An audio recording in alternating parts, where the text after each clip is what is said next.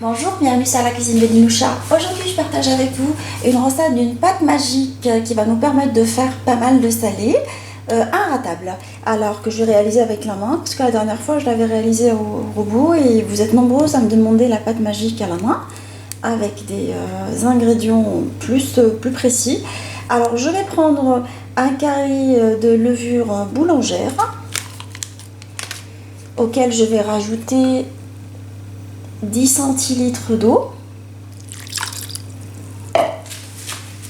Je vais rajouter également du sucre, une cuillère à soupe de sucre, et je vais laisser tout ça lever pendant 5 à 6 minutes afin de diluer la levure dans le reste.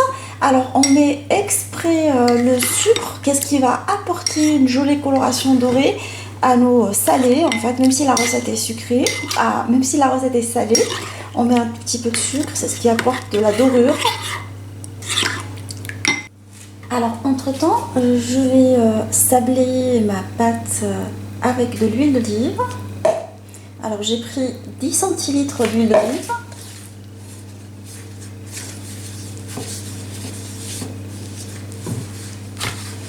Avec les doigts comme ça. Alors une fois que j'ai sablé toute la pâte avec de l'huile d'olive, avec les 10 centilitres d'huile d'olive, je vais au milieu mettre un œuf, un petit. Je vais mettre également un yaourt nature.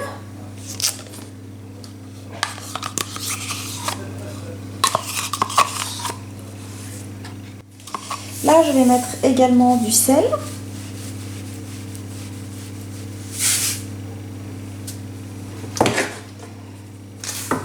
Je vais mettre la levure chimique. C'est ce qui va permettre à nos salés de bien gonfler quand on l'utilise également pour une brioche. Je vais ramasser avec la levure diluée avec de l'eau et du sucre,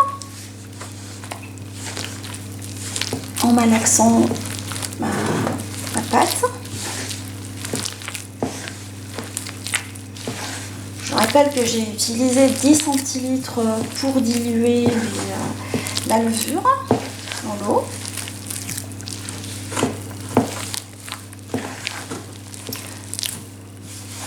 Et là, je vais ramasser ma pâte pour former une pâte homogène. En raclant les coins.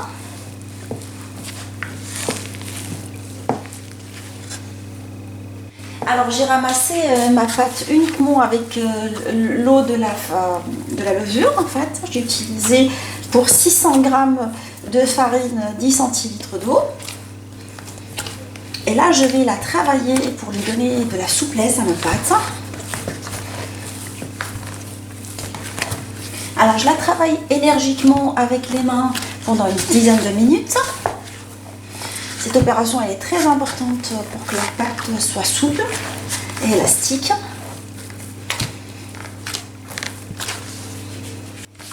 Alors j'utilise cette marque là de farine en fait.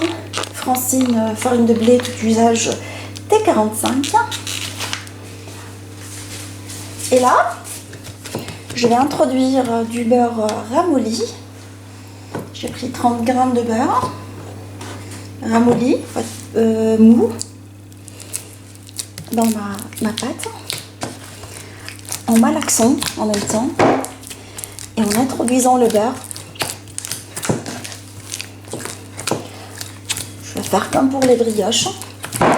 Alors je continue à introduire mon beurre ramolli dans ma pâte magique pendant une dizaine de minutes en la malaxant énergiquement.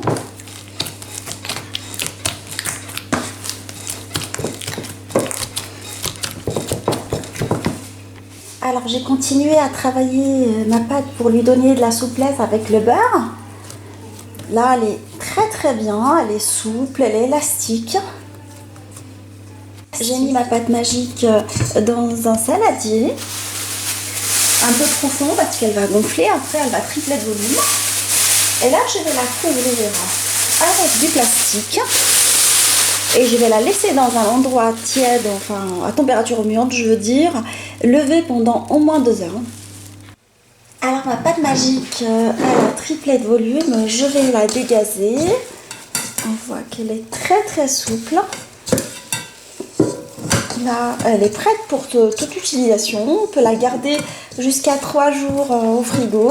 Sinon, la congeler et la décongeler la veille pour pouvoir l'utiliser dans la journée en fait.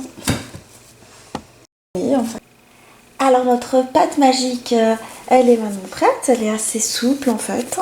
Vous la dégazez.